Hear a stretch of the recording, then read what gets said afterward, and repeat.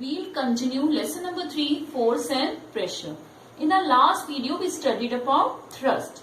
Thrust is called the perpendicular force acting on a surface. Today, I'll explain you about pressure.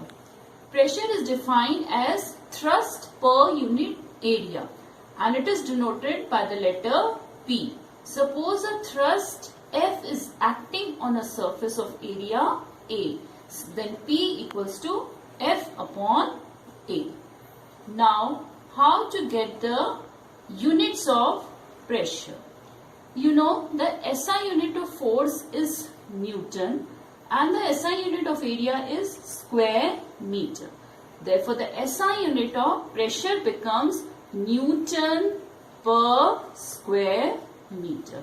And this is also known as Pascal. It is denoted by the capital letter P and small letter A. And it is named after the scientist Blaise Pascal. Now, the bigger unit of pressure is kilopascal and it is denoted by kPa. And 1 kilopascal equals to 1000 Pascal. Now, if thrust is measured in kgf and area in square centimeter, then the pressure is expressed in the unit kgf per square centimeter. And one more very important unit, the atmospheric pressure is generally expressed in a unit ATM,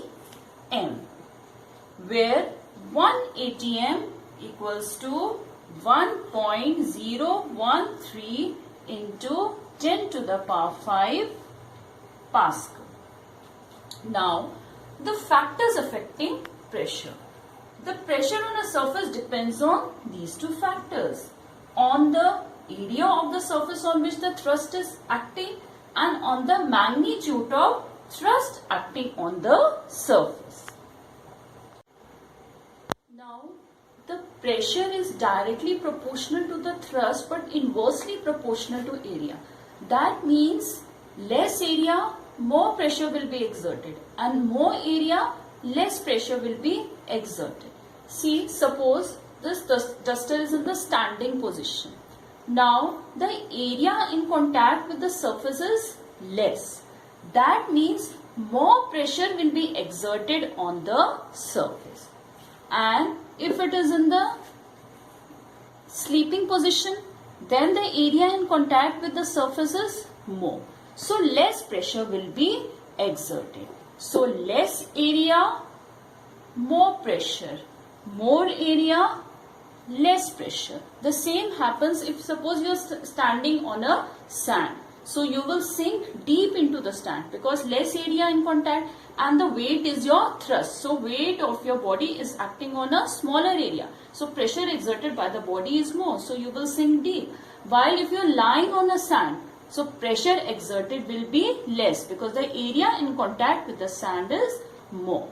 Similarly, if you hammer a nail with a flattened end, so it will be difficult to get into the wooden block if you are putting it. This is because the area in contact is more. So, the pressure exerted will be less. And if you take it in this position like the pointed end, if you are digging it, so it will become easier to dig it, to get into it.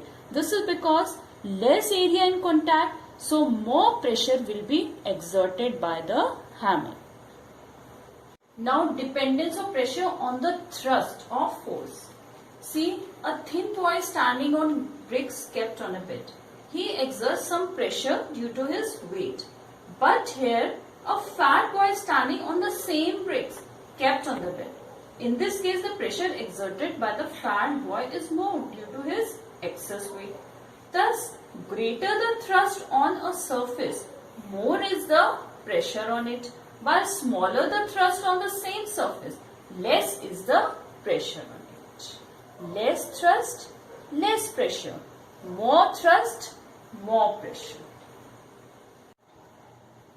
Now, some examples of pressure exerted in a daily life.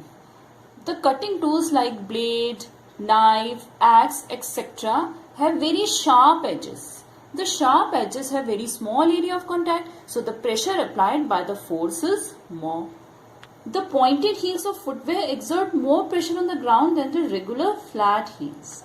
Therefore, a lady who is wearing a pointed heel sandals finds it difficult to walk on a muddy road than on a tarred road. This is because pointed heel will exert more pressure on the ground. Similarly, the narrow heel sandal of a girl hurts more than a broad heel shoe of a boy. This is because more pressure is exerted by the girl than that exerted by the boy, as her heel is more narrow than the heel of the shoe. So girl's heel is narrow, so it will exert more pressure. It will hurt more as compared to a broad heel shoe of a boy.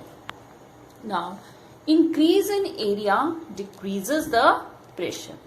You must have seen heavy trucks have 6 to 8 tires instead of the conventional 4 tires. This is because the number of tires are more. So, the area of contact will be increased. Thereby, it will reduce the pressure on the ground. A camel can move more conveniently on sand as compared to a horse. The reason is that the camel has broader feet than that of a horse. A camel is adapted to live in the sand, desert areas. This is because they have broader feet. The broader feet of the camel provide lesser pressure on the sand and it becomes easier for the camel to walk. But in case of a horse, the area of heat is less, due to which the pressure is more. Hence, the feet show a tendency to sink. They will sink more into the sand and it will become very difficult to make them to walk on sand. Similarly, the army tanks are usually very heavy and they exert large pressure on the ground if they move on the wheels. Hence, they are made to move over broad steel tracks called caterpillar wheels of tanks. So, these tanks are used to increase the surface area so as to reduce the pressure on the ground and hence avoid sinking of the wheels in the ground. And the foundations of buildings are kept wide so that the weight of the building may act on larger area. More area, less pressure will be exerted on the ground. A potter wears a turban on his head when he has to carry heavy loads. So what will happen on wearing the turban? It will increase the area of contact of the load and the pressure will be reduced on his head. Now, the school bags which you carry, they have broad straps or belts so that the area of contact increases and thus the pressure on your shoulder is reduced. And see in this diagram, wide wooden sleepers are placed below the railway tracks so that the pressure exerted by the rails on the ground becomes the less. So children, you must have understood the dependence of pressure on the two factors of thrust and area. More thrust, more pressure. But less area, then more pressure will be exerted. Okay children, thank you so much.